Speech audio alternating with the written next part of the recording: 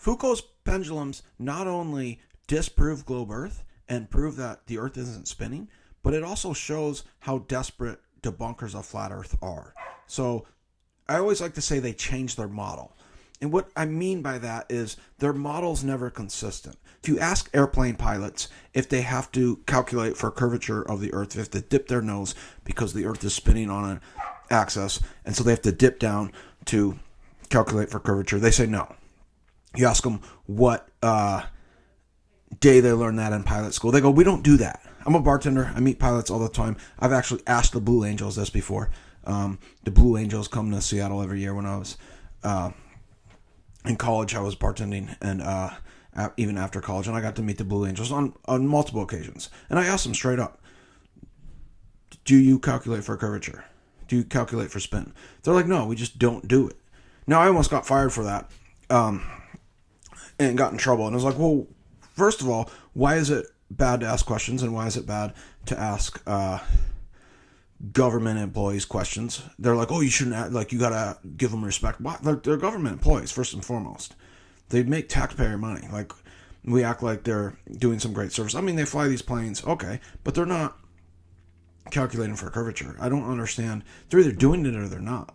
You either learn it in flight school or you don't. Now, some pilots will lie and say they do, but they just don't do it. So with Foucault's pendulums, it was in 1850, early 1850s. This French physicist who was a Mason and a Royal Society guy, he hung a chain from a ball that was hooked up to another ball. So it was from it was hanging from a ball bearing, and then it had like this teardrop looking ball with like a little teardrop to it.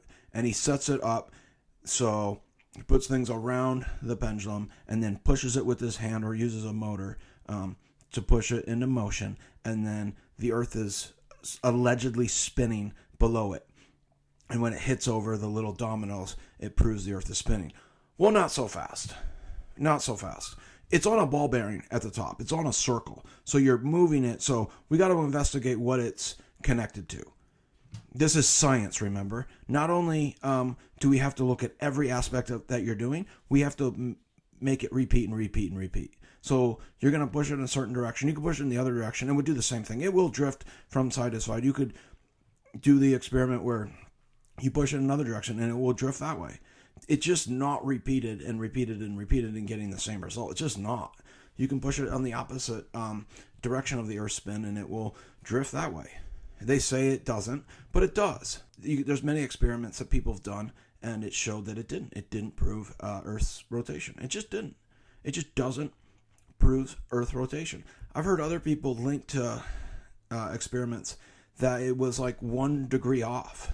1 degree off. That's not science. That's not Earth rotation. You can't use that as proof. You have no proof from pendulums. Pendulums do not prove Earth's rotation. The other one they like to use is gyroscopes. Now, gyroscopes disprove gravity and even buoyancy and density altogether. Like, they're manipulating the Earth's magnetic field somehow, and they're like levitating. People that love aliens love gyroscopes because they fly around like flying saucers. I mean, there's a guy who puts weights on the side where it's the Earth's rotation, and to show that it's not the Earth's rotation spinning it. I mean, you can just disprove it through and through. Eric Winslet or something in the 70s, he had a TV show, a national broadcasted TV show, where he would fly gyroscopes around. He was disproving gravity left and right. Now they call that anti-gravity. Now it's also anti-buoyancy and density. You're playing with the magnetic fields, and it's interesting, and it's not proof that we live on a spinning ball. It's just not. They don't have any objective truths. There just isn't any. There isn't anything that you can see outside of their phony baloney pictures. Before they had phony baloney pictures, they were using astrology. They were using stars, and they were saying you can't see certain star patterns from certain places. You can't see the same ones in the southern hemisphere. Now, this is very interesting. Have you been in the southern hemisphere? I have not. I know I've heard that you can see them from the southern hemisphere. You're just seeing them backwards. That's what I've heard.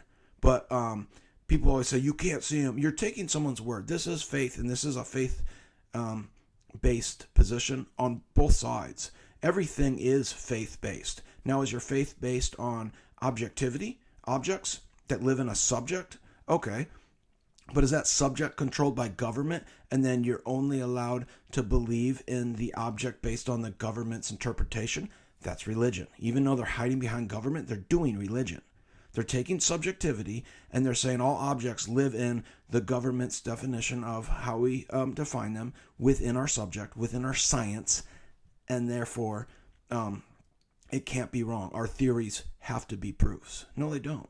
It can be wrong. It is wrong. Objectively, it is wrong. You don't observe a spinning ball. You just don't. You just don't. That doesn't mean some things are a little hard to understand, but then they come back with one situation under one test that allegedly proves it. And then it turns out it doesn't. You test it and you test it and you test it. You test your pendulums. They go any which way the wind blows. They go any which way the ball bearing makes it go. It's all about that ball bearing at the top. It's all about what it's hanging from. And then it's all about what's powering it. Most of them are powered by electricity. They use motors.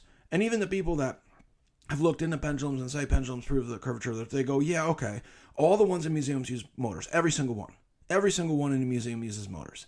You can find ones that don't. And how long do they go for? Maybe an hour. Why isn't the curvature of the earth and the rotation of the earth and the gravity taking it with it?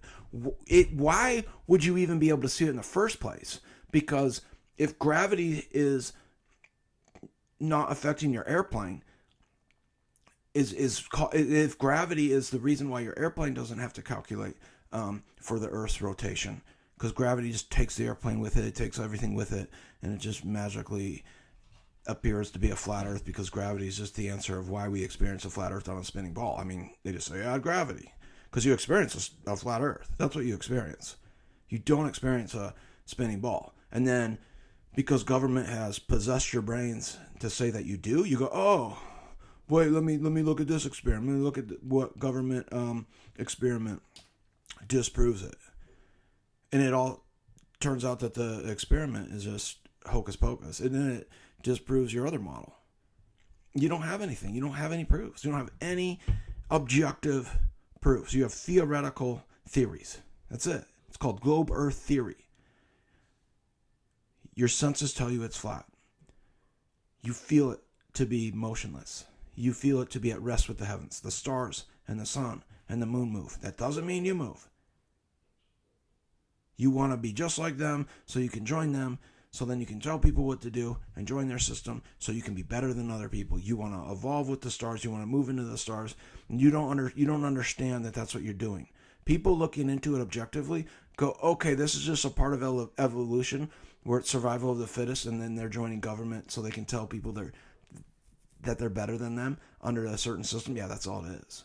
All it is they want to be smart by interpreting the scientific language from the government, and then so they can look down on people and belittle people. And if you watch their shows and you see how they talk to people and interact with people they disagree with, it's just really disgusting. They're just disgusting people that think they're better than everybody because they think they came from monkeys. They think they came from the creation, not the created order. They think they came from the creation itself, and then they're better than the creation itself because they're evolving with the creation itself. And it's just a dream in their mind. It's just hocus pocus.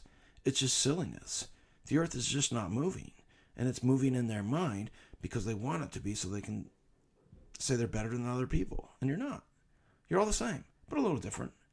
And even though we disagree, we don't have to make fun of each other and belittle each other, but you do. You have to. You have to. That's your whole point. That's your whole point of existence, is to be better than other people. And you got stupid, phony baloney experiments like Jean Foucault, the French physicist, his experiment that says the earth is spinning. No, you don't. No, you don't. It can't be repeated and repeated and repeated. It just can't. It's all you're always off a couple degrees, even when you try to rig it in your direction by manipulating the ball bearing at the top or putting a motor in or whatever else you do. It's always wrong. It's always off. It's always off. It's flat. The earth is flat, fixed and stationary. It's flat.